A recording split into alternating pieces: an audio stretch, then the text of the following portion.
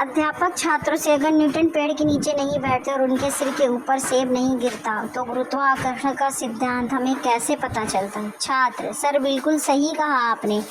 अगर न्यूटन हमारी तरह क्लास में बैठकर इसी तरह किताब पढ़ रहे होते तो वो कोई आविष्कार ही न कर पाते।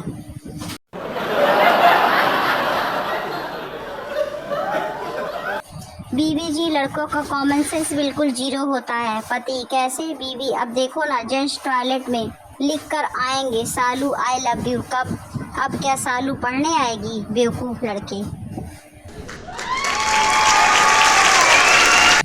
बंटी: कल रात मेरी सन्नी से लड़ाई हो गई पर कुछ सोचकर मैंने उसे छोड़ दिया। रमेश: क्या सोचकर छोड़ दिया बंटी? यही कि वह मुझसे ज़्यादा ताकतवर है।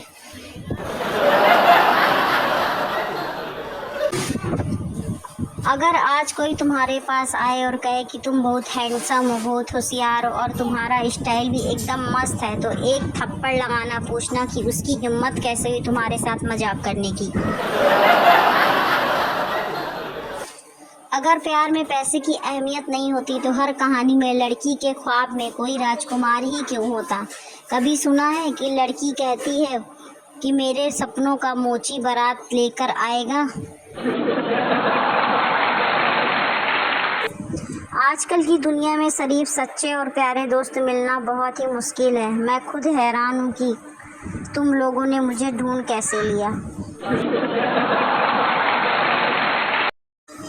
अगर आप अपने दिमाग की जांच करना चाहते हो तो ये उपाय अपनाएं। एक गाय के सामने खड़े हो जाएं। अगर गाय आपके पास आती है तो समझ लेना कि दिमाग में भूसा है, अगर दूर चली जाए तो समझ लेना कि खाली है। आप मन ही मन उन्हें चाहते रह गए, उन्हें पटाने का प्लान बनाते रह गए, पटाकर कोई और ले गया उनको, आप उनकी शादी के टेंट से कुत्ते भगाते रह गए। सुबह जल्दी उठकर नहा धोकर तैयार होकर भगवान के सामने खड़े होकर आंखें बंद कर भगवान से सच्चे मन से पूछना कि हे प्रभु, जब तुम अकल बांट रहे थे तो मैं कहाँ था?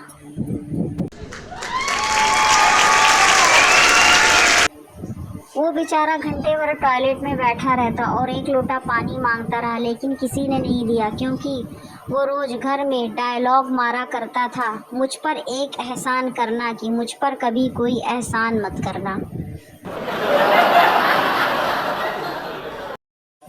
ये बचपन के संस्कार ही हैं कि घर में हवन होते समय घर के लड़के मंत्र भले ही ना बोले पर स्वाहा इतनी जोर से बोलते हैं कि सारी पापी आत्माएं आवाज़ सुनकर ही मर जाती हैं।